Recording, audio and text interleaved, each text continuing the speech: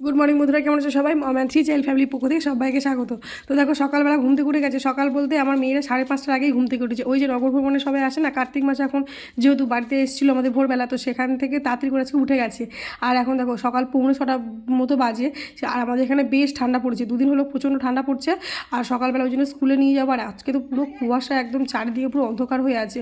ওই জন্য টুপি সোয়েটার ভালো করে পরিয়ে নিয়েছি, নাহলে আবার ঠান্ডা লেগে যাবে। এখন দেখো ওরা একটুখানি হালকা করে কেক খেয়ে দিচ্ছে।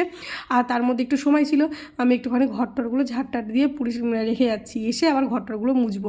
আর এখন তো যে পিউরা নেই, ওরা একটু বেড়াতে গেছে, তো যার জন্য এখন পুরো ঘরটায় আমি মুছি, মানে ঘরটরগুলো পুরো সব মুছতে হয়, পরিষ্কার করতে হয়।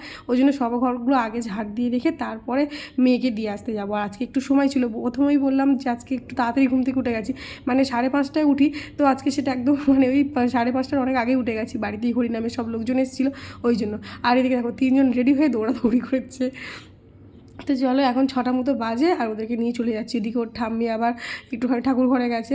আর দেখো আজকে কেমন কুয়াশা পড়েছে, এখন 6টা মতো বাজে, কিন্তু কুয়াশাটা কিন্তু বেশ ভালোই হয়েছে। অন্যদিন কিন্তু এই সময় আবার রোদ্দুর উঠে যাচ্ছিলো, আজকে এখন দেখো রোদ্দুর তো দেখায়নি, কিন্তু কুয়াশা হয়ে আছে। বলো, এই ঠান্ডার মধ্যে এখন স্কুলে না নিয়ে গেলে হয়? আর আমারও তো ঠান্ডা লেগেই ছিল।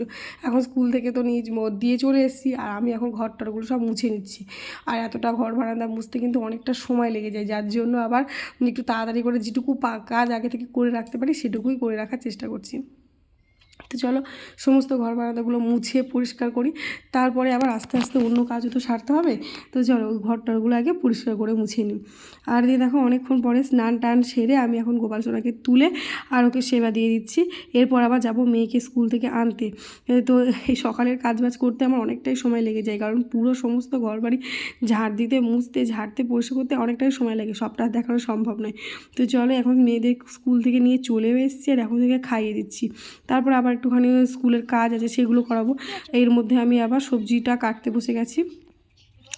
সবজি টবজি কেটে আজকে অনেক দু রকম শাক ছিল আর অনেক রকম সবজিও ছিল, কোনটা কী করব সেটাই আবার একটুখানি বুঝে শুনে করছি। কেন বলো তো, আজকে তো মানে এমনিতে এখন নিরামিষ হচ্ছে, আর একটা করে মাছের ঝোল বা ডিমের তরকারিও হচ্ছে, কারণ বাচ্চাগুলো তো ওরাও তো মানে মাছের ঝোল বা ডিমের তরকারি ছাড়া খেতে পারবে না। তো যার জন্য এই দেখো একটা মাছ এক্ষুনি ধরে দিয়ে গেল, জ্যান্ত পুকুরের মাছ।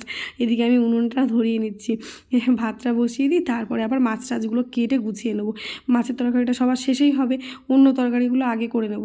ওই যে একটু বড়ি টড়ি দিয়ে সবজি তরকারি একটা করব তারপরে।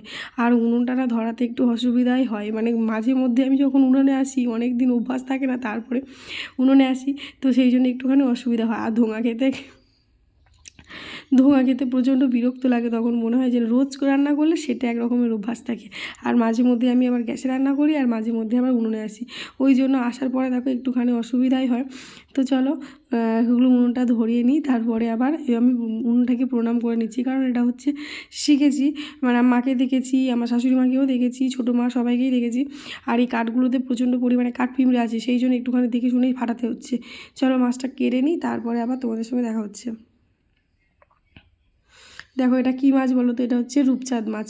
তো এরকম মাছটা কে কে চেনে অবশ্যই জানাবে। এখন সব রকম একটা সবজি দিয়ে হবে সবজি তরকারি, আর সেই বড়ি দিয়েই হবে সবজি তরকারি। বড়িটা আবার দু রকম, মানে মাছের ঝোলেও দেবো আর সবজি তরকারিটা দেবো।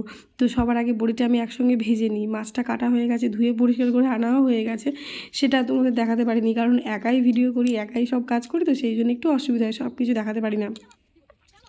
চলো, বড়ি খেতে কার কার ভালো লাগে সেটাও আমাকে কিন্তু জানিও। বড়ি আমার মেয়েদের ভীষণ পছন্দের, আর আমারও খেতে খুব ভালো লাগে।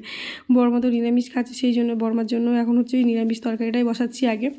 শুকনো লঙ্কা, তেজপাতা, আদা এগুলো ফোড়নে দিয়ে, টমেটো দিয়ে আর একটুখানি চিনি আর লবণ দিয়ে সবজিগুলো পুরো ভাজা ভাজা করে নিয়ে তার মধ্যে একটুখানি বড়ি দিয়ে দেবো। সবটা আমি তোমাদের ভিডিওতে দেখাতে পারিনি। তো দেখো, এখন মাছ টাছগুলো ভেজে নিচ্ছি, সমস্ত নিরামিষ রান্না হয়ে গেছে, এরপরে আমি আমিষ রান্নাটা করে নিচ্ছি। তো সবাই খুব খুব ভালো থেকো, সবাইকে শুভ দুপুর।